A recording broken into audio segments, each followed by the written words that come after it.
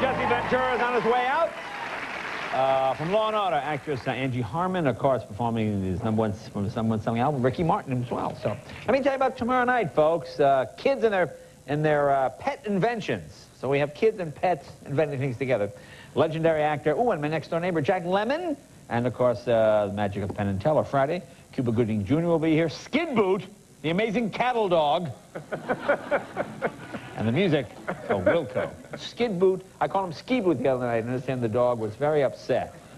So again, I apologize to Mr. Boot. All right, my first guest has a new book out called Ain't Got Time to Bleed. A former wrestler who ran for governor of Minnesota as an independent. The experts say, you don't have a chance. Take off, pal. You'll never win. They turned out to be wrong. Please welcome the governor of the great state of Minnesota, Jesse Ventura.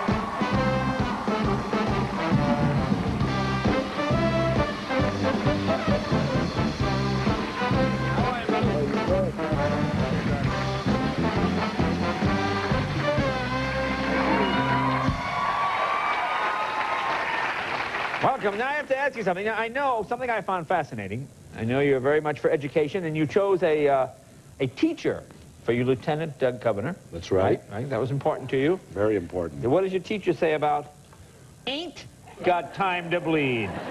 Well, she figures that she has 3.5 more years to improve my grammar. Really? So we'll be together for at least 3.5 more years, and she's working hard at getting me to improve my grammar. Do those kind of things drive you nuts? So are there people that say, you're the governor, you should have better... I mean, do you just get nitpicked to death with little things like that? I'll tell you, you lose all your privacy. Yeah.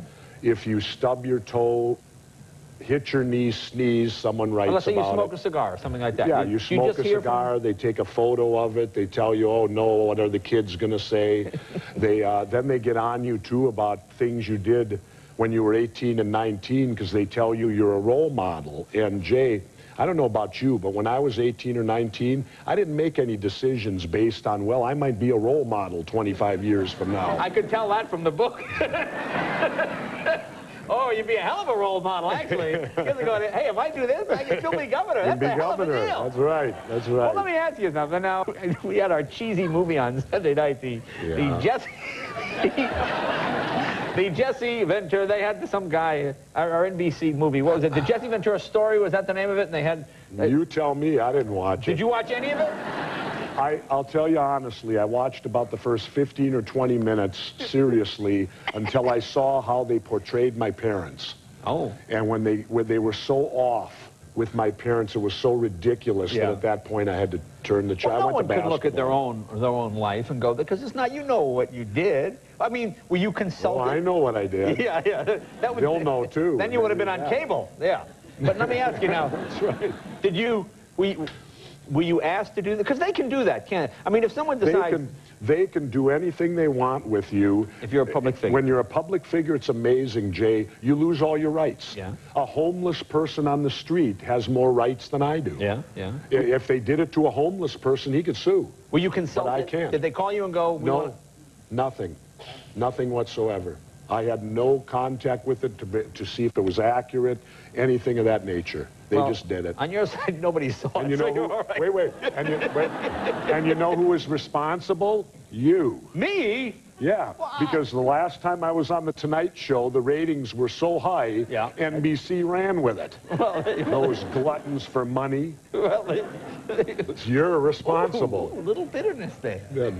No, I'm teasing. You having a good time as governor? You look like you're having fun. I'm having a great time. We just got through with our session. There was no special session. Yeah. We showed in Minnesota that tripartisan politics works. Yeah. I think all the parties came out winners. We gave the largest tax cut in Minnesota history, the biggest sales tax rebate in history, funding the largest for education in history. So now you have to quit. Get out, yeah, and they tell me a wrestler can't govern, huh? No, well, I'm not telling you. Wait till August when they get those rebate checks. Yeah. Every family in Minnesota, the average check they're going to get, about $700. Yeah. Back from the government. There you go. I got to tell you. Well,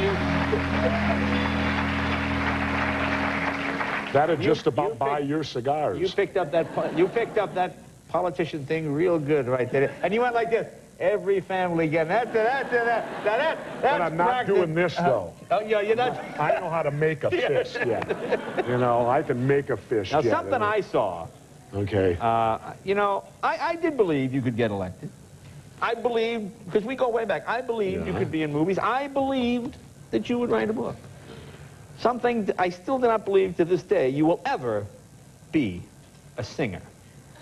I have tape of you at your inauguration. No. We also have Bob Dylan from Minnesota, and I mean, he's not exactly no, but he is Bob. Pavarotti compared to you. You think so? Well, folks, would you buy this album? We have Ricky Martin fans. These are good music fans. They know good music.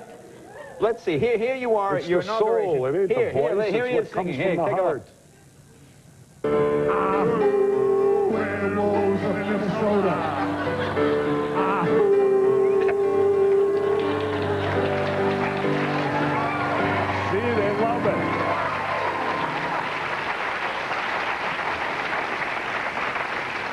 That was at the inauguration party. Yeah, Warren Zevon. We had Warren Zevon, and you know, Johnny he Lang. looks like the governor. Yeah, well, Warren said that night. He said, something's wrong here. He said, I look like the governor. That's what he said. Very funny. Now, I know, I mean, besides all these kind of things aside, you've gotten some people upset, because as is going to happen in politics. Yep. I remember a story that got published, or got publicized, rather, pretty widely.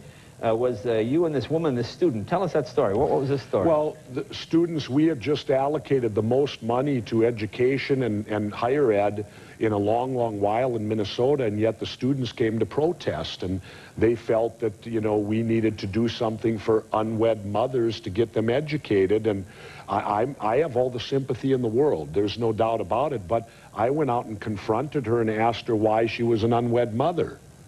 I mean, you know, why did you choose to do that or do that? And so it, and then I then asked where the father was, and they said he ran off. I said, well, how is that government's fault that you married a bum? You know, now you're back blaming the government and asking government to pick up the pieces for life decisions you made. And I just want people to realize that, you know, they have to be responsible for the decisions they make. And if they make bad ones, it's up to them to pull themselves up and turn it into a positive. You can't always look to the government. The government is not a parent. The government is not our moms and dads and not our big brother. And so that's...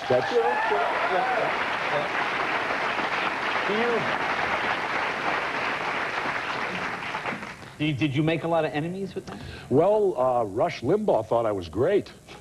He went on for an hour the next day telling how terrific this new governor in Minnesota with a bullhorn telling them the truth out there. But it must truly confuse people, because you are really Republican on some things and really Democratic on the other. And you know what that makes you? An a independent. new word, a centrist. Yeah. Imagine that novel concept where 70% of us sit.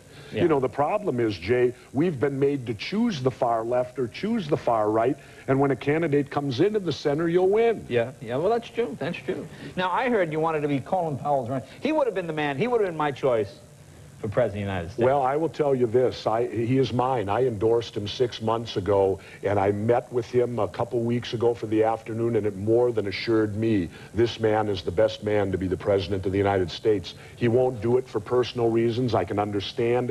He has given to his country what most of us couldn't give in 5 lifetimes. So if he chose not to, I understand, but I did say I'll break my promise. If he'll run for president, I'll be his running mate. Yeah, but that's like MC Hammer going, Bill Gates, you and I, let's put our money together and we can... I don't know, Jay. I look at it this way. You got the Army and the Navy teaming up. Who's going to whip them? You know, because General Powell is the Army, I'm the Navy. There you go, there you go. Let me ask you something seriously now. You're a wrestler. You ask serious questions? No, this is a serious question, because Bret Hart is a friend of ours, and of course, you know his brother was killed tragically in that terrible accident. Now, you were a wrestler, obviously, and you know the showbiz aspect of it. And do you think these guys sometimes get forced into doing things? It didn't surprise me that it happened, because both organizations push the envelope for ratings, for money, and there's no union in wrestling. There's no protection even today. And the thing is, you know, greed can be a powerful thing. If a wrestler doesn't agree to do something, some other wrestler will. And so that's why they're under a lot of stress, a lot of pressure to do this. I would love to see the Stuntman's Association come in and force them to unionize the wrestlers, because the wrestlers are no longer just wrestling today, they're performing stunts. Right, right. And they should have that protection of collective bargaining and everything else that goes along with a stuntman today. Well, it's... And it's sad because the Hart family is a legendary family. Their father, Stu, wrestled for Canada in the Olympics back in the 40s, 12, 13 kids, and Owen was the youngest, and it was a tragedy what happened to him. That was a sad Very story. sad. Very sad story. You know, I appreciate you coming. You're always honest. You always speak your mind. Governor, God bless you. Thank you. The book is called Ain't Got Time to Bleed. Be right back with Angie Harmon. Have you signed mine?